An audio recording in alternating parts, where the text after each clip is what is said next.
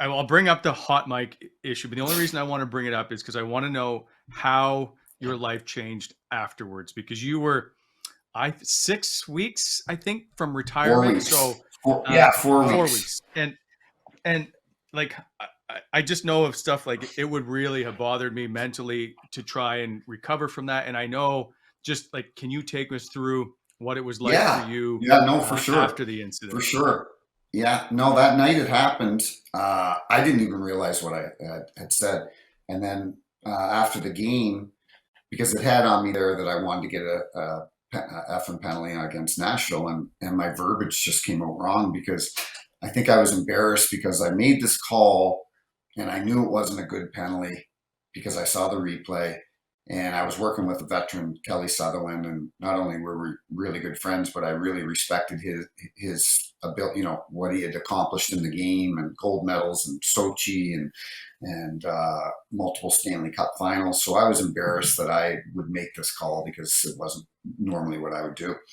And so and we only called two penalties against Nashville the entire game. So obviously my intent was not to get Nashville. And I like to tell this story because it's kind of important. Before the game, there was a trainer for the Nashville Predators. His name was Pete Rogers. And Pete was in Rochester back 30 years ago when I was there, 25 years ago. And he had been the trainer or the equipment manager for the Nashville Predators forever and had taken care of me throughout my whole career.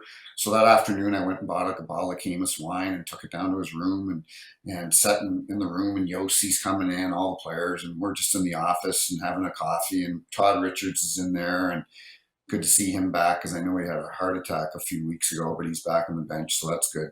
And Richie and I and Peter sitting around and just shooting the crap about horseback riding and kids and hockey. And so I didn't leave the Nashville dressing room going, I want to get Nashville. It was just it's the world we're living in now that you make a mistake.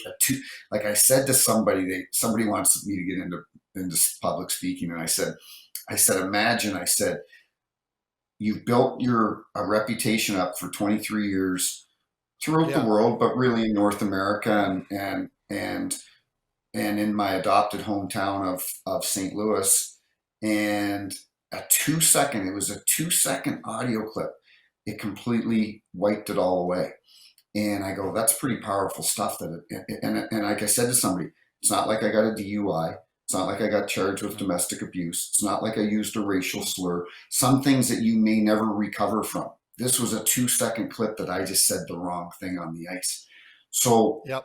I said to the guys after the game, I go, I may get fired tonight. And they were like, so next morning, I'm at the airport.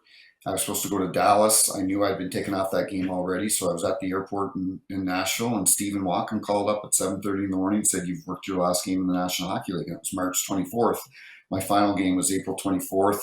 The St. Louis Blues, Doug Armstrong and Tom Stillman, the ownership group here, they're phenomenal people. They had tickets made up already on Blues tickets, Tim Peel's final game, and it was supposed to be a really fun event. So so I said to Steven, I go, okay, thanks. I said, I got to let you go. I got to get on a flight. I didn't go, no, don't do it. I didn't grovel. I said, okay, I knew it was done. So I get on the I fly home, and I haven't even told my wife yet because I didn't tell her Tuesday night uh, after the game because I didn't know what was going to happen. So I didn't want her to worry. Well, now I'm flying home. I land at 8:30. Well, now it's already out in social media. So now my wife's got to find out from getting text messages from other Yeah. people. And so I come home and she's crying. And anyway, from drive to the airport or from the airport home, I literally was I don't want to say I was fine, but I was not as upset as I think people expected me to be. Like I was left at an adoption agency. I grew up in a trailer park in Canada. My mom died of cancer at age 50. I go, nothing ever came easy to me my entire life, and I've had more adversity but I've always been resilient and had perseverance, and I just looked at life that way that I wasn't going to let one moment define me. So I'm driving home and I get this number come across and it's David Clarkson. or it's a Columbus number, and I don't know, have his number in my phone. I answer, and it's David Clarkson.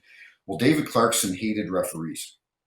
He played for 4 teams, and he was really difficult to officiate. And so when I answered, him and I had a lot of battles over the years. So when I answered the phone and he said it's David Clarkson, I thought he was going to say, "Yeah, it looks good on you," and he goes, "I just want you to know, I think what happened to you is a travesty. I'm in Denver and playing with some ex players, retired guys, and we just think what happened to you is just it's not right." And so those phone calls just kept coming in, and text messages, from, and I'm name dropping here, but Gretzky and Brian Burke called me, and Daryl Sutter and Tortorella, and just every coach, GM, ex-player, current players. And I don't want to say it made it easier, but it kind of did. And then it was about 1:30 that afternoon, and I'm just surviving at this point. I'm really kind of on autopilot. And Chaser calls me, and I had talked to him earlier in the morning about my incident, but he calls and he goes, "Well," he goes, "I got some bad news for you." I go, "What?" He goes, "Bobby Plager just got killed in a car accident." Bobby Plager was the man here in St. Louis. Like Yeah. he was the man. And I loved Bobby, and he loved my kids and my wife. And Chaser said to me, he goes, because social media around the world in North America was blowing up, but in St. Louis it was really blowing up about me. And all of a sudden it Mhm. went to Bobby Plager, and Chaser goes, "Bobby Plager loved you so much he thought he'd take the heat off you today." And so I'm surviving, and then it was the one and only time that I had ever cried, and that's when my kids came home, and I Yeah. saw them, and I realized that because they were really looking forward to me doing my last game. They were really pumped about Sure. it, and all their friends coming, and so but part of me was I was crying because of that, and then the other part of me, I had to tell them that Bobby had passed away, and Bronson, my son, plays hockey with Jamal Mayers, his boy Jamal, and I coach the team, and Bronson loved Bobby, and so I had to tell him that. So, but you know what? It's I've been good. Like Jamal Mayers and I and Andy Strickland, we started a radio show down here in St. Louis on Tuesdays. The three of us go in there, and other opportunities that have come my way. And Jeremy Roenick, got in some trouble, and Milbury got in trouble, and I don't want to say it was cancel culture, but they a bunch of people said, "Hey, welcome to the cancel club. You say one wrong thing, and it wipes away 23 years." And I have nothing but good things to say about Bill Daly and Gary Bettman in the National Hockey League. Do I wish the outcome was different? Probably. Of course I do. Yeah. Yeah. But I understand why they did it, and they were phenomenal to me my whole career. They treated me well, even after this incident. I talked to Bill several times, and I still have a good relationship with the league. And things happen, but it's where it's where you end up at the end of the day, and at the end of your life. It's that 1 2 second clip isn't going to define Tim Peel, and because of it, like it or not, it gave me name recognition. You can say what you Yep. want about it, but Yeah. and it's how you deal with it afterwards. And I wasn't going to go down in my basement and feel sorry about myself, because nobody else was going to feel sorry about me. It was just Hmm. me and my wife and my kids. And at the end of the day, I had to show. And I said that to Tisha, because she said to me once, she goes, "You're not really letting this bother you." I go, "Babe," I go, I started late in life. I got a 9-year-old and a 7-year-old. I go, "I got to set an example for them. About, you know, I've got a referee school here Yeah.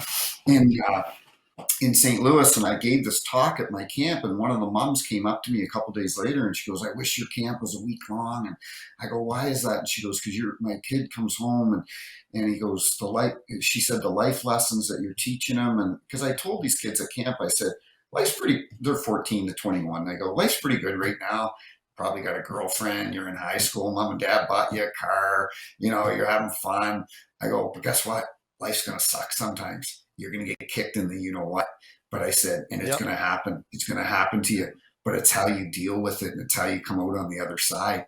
And that's kind of how I've looked at things my entire life. Yeah. And I'm it's so funny, because I'm actually, even when it happened, I wouldn't say I was relieved, but I was then really excited about, okay, what's the next chapter of my life now? Like, where am I? What am I? Because I've always wanted to do media and radio and TV, and like when I was in school, I would be the one that would host and MC stuff at our high school, and I feel comfortable doing it. So I was looking forward to hey, what's going to happen in the fall? What new opportunities are going to come my way?